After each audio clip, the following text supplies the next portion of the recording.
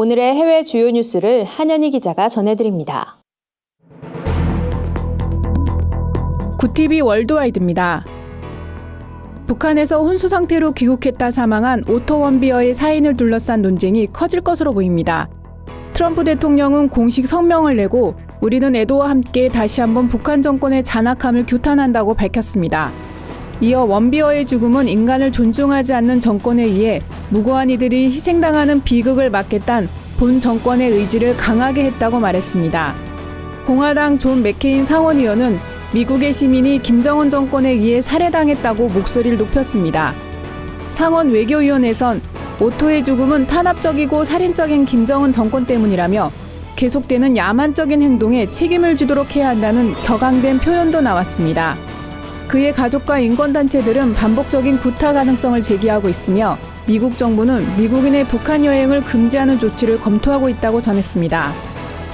영국 런던 서부의 그ren펠 타워에서 난 화재로 많은 희생자가 발생한 가운데 근처 교회들이 피해자들을 돕자며 독려하고 있습니다. 세인트 클레먼트 교회 마크 오도뇨유 목사는 비극적인 화재가 시작된 지 몇 시간 후 현장에 도착해 충격적인 상황들을 목격한 인물입니다. 그의 교회는 화재 현장과 가까운 거리에 있는데요.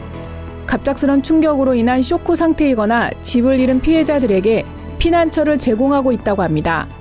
그곳의 이웃들은 음식과 옷을 가져다 주고 있으며 지역 슈퍼마켓들은 식품을 제공하고 요리사는 쿠키 등을 만들어내고 있습니다. 마크 목사는 피해자들은 문 밖으로 갑작스레 내던져졌으며 모든 것을 잃어버린 사람들이라며 하나님은 재앙을 만난 사람들 곁인 여기에 함께 울고 계신다고 말했습니다.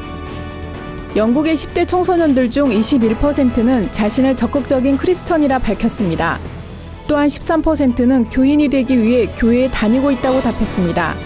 이 조사는 영국 크리스천 단체가 11세에서 18세인 청소년들을 대상으로 설문조사한 결과인데요. 기독교인 감소 현상이 심화되고 있는 상황과 반대되는 통계 결과여서 처음엔 잘못 조사된 건가 싶어 공개를 못했다고 합니다. 눈에 띄는 것은 영국 청소년들은 무엇보다 교회 건물의 웅장함과 경건함을 통해 신앙적 영감을 받는다는 겁니다. 성공한 신앙인과의 만남, 큐티 모임 등을 주요 전도 방식으로 생각하는 기독교계가 생각을 바꿔 교회 문을 적극적으로 개방하는 방법을 모색해야 한다는 지적입니다. 미국 오리건주가 제3의 성에 해당하는 사람들에게 운전면허증을 발급한다는 소식입니다. 남성과 여성이 아닌 중성에게 운전면허증을 발급하게 된 겁니다. 오리건주 도로교통부는 새로운 법규를 승인하고 다가오는 7월 3일부터 운전면허증에 여성을 의미하는 F와 남성을 의미하는 M 대신에 X를 기입해 중성으로 표시하기로 했습니다. 오리건주에서는 지난 3월 무성을 인정하는 법안을 통과시켰는데요.